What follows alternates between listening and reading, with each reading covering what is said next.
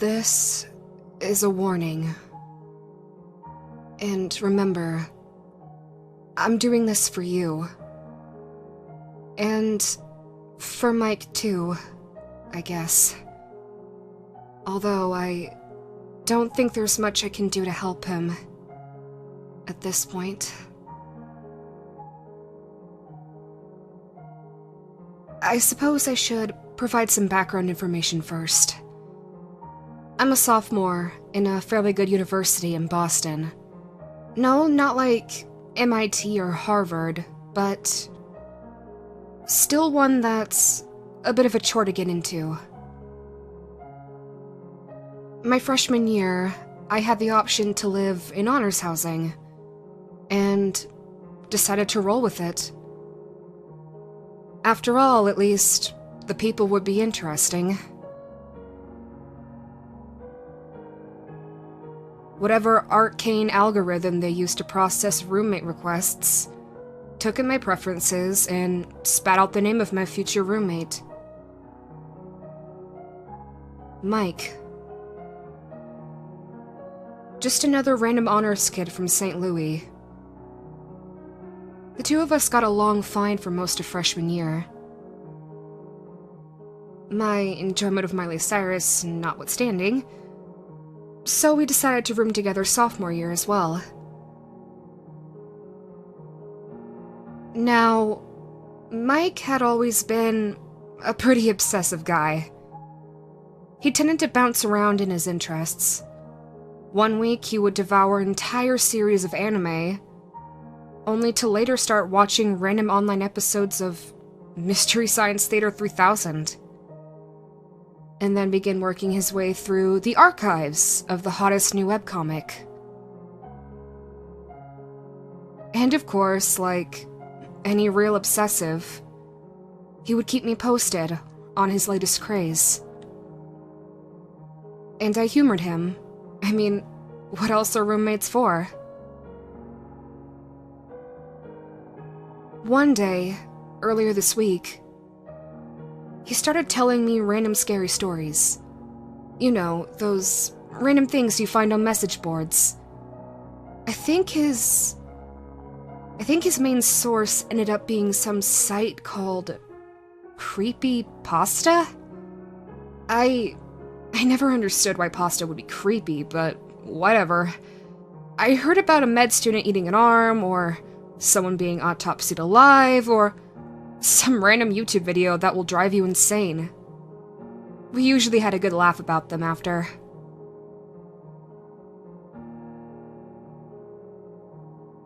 The third day into this obsession, however, things got... well, for lack of a better word, things got weird. He threw a few more stories my way before hitting the sack, but something seemed a little off.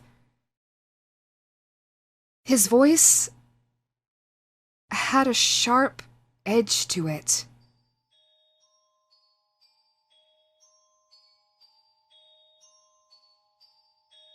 As the hour got later and later, his banter got even more insane, as though he were talking just to stave off having to go to sleep.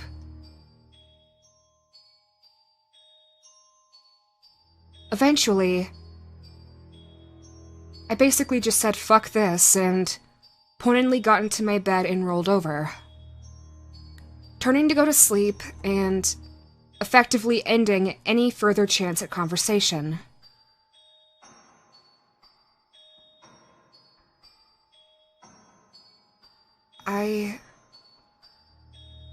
I wish I hadn't. I sleep like a log, and that night was no exception. I don't think I even came close to waking. Usually I can't remember any of my dreams, but the nightmare I had that night has been clear in my mind for days now. I dreamt I was trapped in a fog so dense that I couldn't even see my hand right in front of my face. The damp air sent chills down my spine. I could hear muffled screams in the distance. There didn't seem to be any words, just guttural shrieks of pain. Instantly, don't ask me how, I guess it was just... I don't know, just don't ask. Instantly I recognized the screams as Mike's. I tried my best to run to him, but my feet just slid through the fog. I couldn't get any real traction on the ground.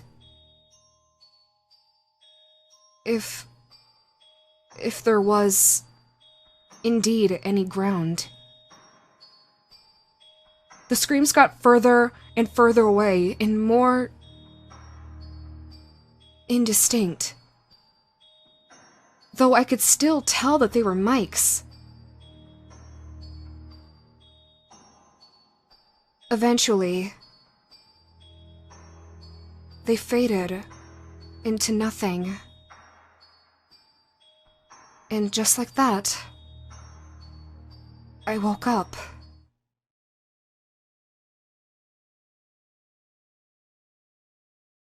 When I looked around the room, every last trace of Mike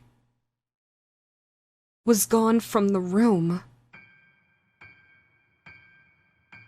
Everything was gone. His laptop, his sheets, the official zombie survival guide poster on the wall, the heap of trash he let accumulate on his half the windowsill, everything. All that was left was a thick layer of dust that coated his entire side of the room. Absolutely nothing on my side of the room had been touched, nor had any of his stuff in the bathroom, the kitchen, or the living room of our suite. Only the bedroom had everything taken. I couldn't believe it. I prayed it was a dream. I pinched my elbow so hard until the skin was red and until my fingernails drew blood. But when I didn't wake up, I dialed campus security, who quickly brought in the Boston Police Department. I was immediately kicked out of the room so they could go over everything with a fine-tooth comb. I think I must have been in shock. I felt completely numb, like nothing around me really mattered. I'd left my laptop out in our suite's common room, so I used that to try and distract myself. Try to being the key phrase, at any rate. When I popped open the laptop, however,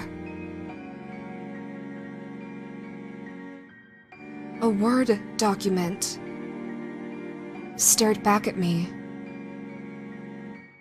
Its text was the following.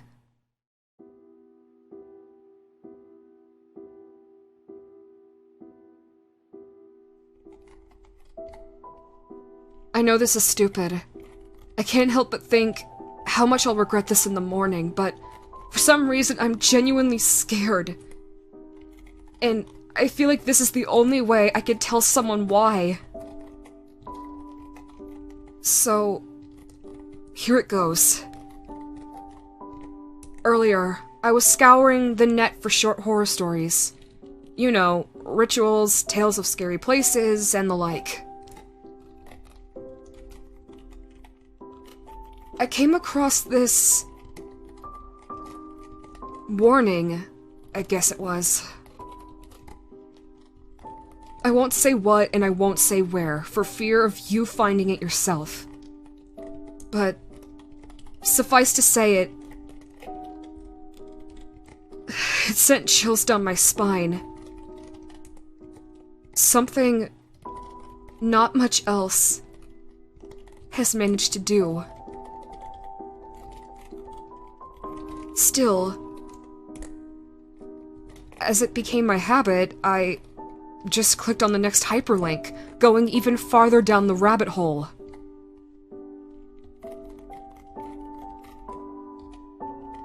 The warning stayed with me, though. In the back of my head, just nibbling away, waiting until I would focus on something else to rear its ugly head. This was irrational, I knew it. I knew my mind was just playing tricks on me. Some ancestral fear had been played upon. Some age-old nightmare that was just that. A nightmare. No more, and no less. But that didn't make the fear go away.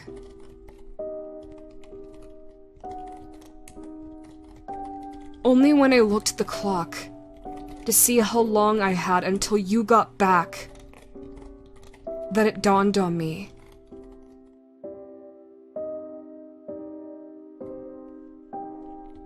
I had passed the time allotted me.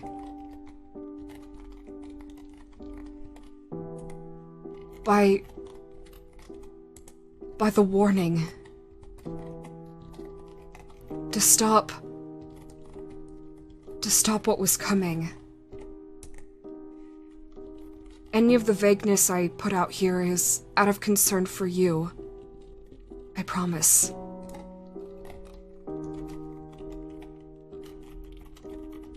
And then the real anxiety kicked in. My palms started to sweat, and my eyes refused to stay closed for more than a second at a time. All my hair stood on end, and I could feel my heart rate starting to increase. I knew the warning had been real, and I had failed to heed it. My time was limited. It was about then that you got back from the TV station. I was so glad to see someone else. I can't imagine how I sounded. Finally, someone to fight off the dark with. A companion against the now terrifying night. But clearly, you weren't interested. Your yawns were a dead giveaway. I can't blame you for that. You headed off to bed, and I, to stave off sleep just a little longer, decided to write you this. Please do me a favor.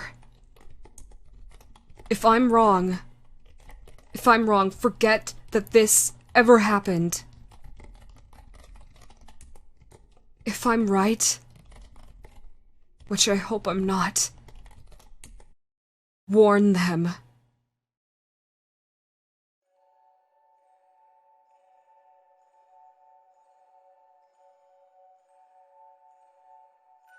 So,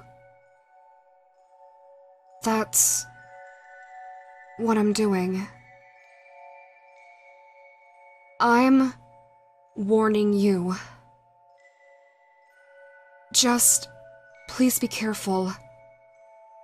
The next time you go on an archive binge at Creepypasta or Start checking the horror thread of your favorite discussion board, or even just try Googling creepy stories or scary stories and the like.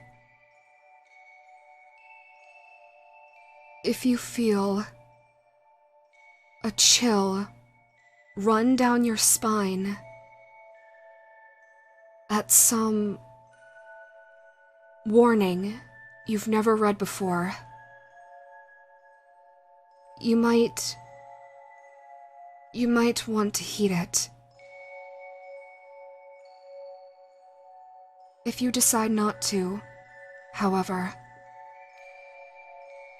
if you just click on your merry way, please tell Mike I'm sorry. Tell him I'm so sorry that I couldn't get to him quick enough in the fog.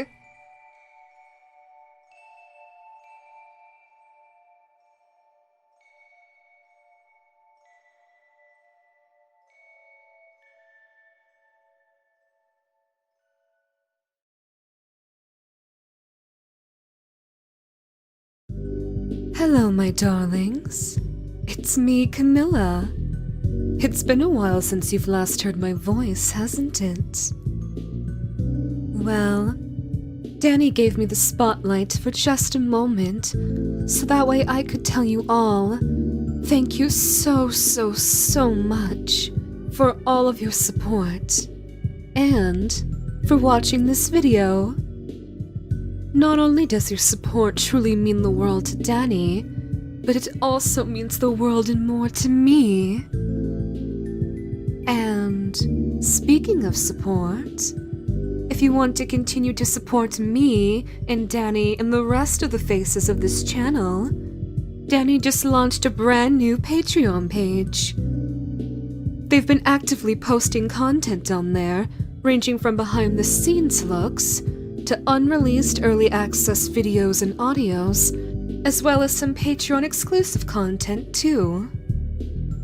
$3 is not only for general support, but it also gets you access to the behind the scenes content, like work in progress pieces of scripts and thumbnails, as well as full uncut audio recordings chock full of Danny's, well, bloopers. And you also get to say in on various polls that they'll be putting up in the future, in regards to what videos they should work on next, what to post or upload next, what games they should stream next, etc.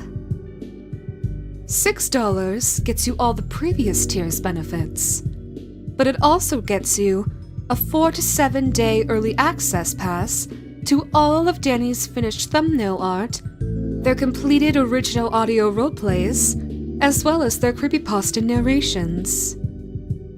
They've mentioned briefly to me that they won't be including audios using other people's scripts, like the ones they found on Reddit, for example. However, they did say that they would do it if they were given explicit permission by the scriptwriters first. And included in the $6 tier, Danny says that I can read your name aloud at the end of videos and audios, which I'm sure many of you would appreciate hearing my lovely voice give each of your names the spotlight they deserve. And lastly, $20 gets you all of the previous tier's special benefits, all including one very special catch. You also get access to all of Danny's Patreon exclusive content.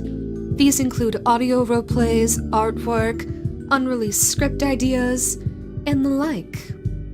Things that will never see the light of day anywhere but there.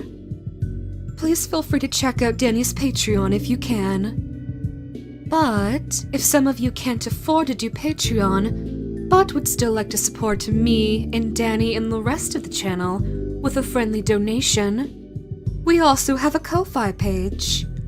It may look barren now, but Danny's told me that she fully intends to make more use of it by winter, by opening up audio commissions. So keep your eyes open for when that particular announcement goes up. Maybe I'll be the one to give the special announcement, including all the details about that. Links for both the Patreon and the Ko-Fi will be down in the description, but they'll also be available in Danny's YouTube page's About section, as well as their Linktree page. Thank you so very much to our very first $9 patron, Polyup. You are absolutely amazing and such an adorable little sweetheart. And I know for sure that Danny appreciates your support. I know I most certainly appreciate your patronage, my dear. Anyways, thank you all so much for watching this video, and for watching this far ahead in the ending. We promise that there is more to come soon, everybody. We wish you all a wonderful day, afternoon, or night, wherever you all are in this big, beautiful world. I love you all so very much, my dearest, most precious little siblings of mine. And I hope to see you all again very soon. Bye-bye.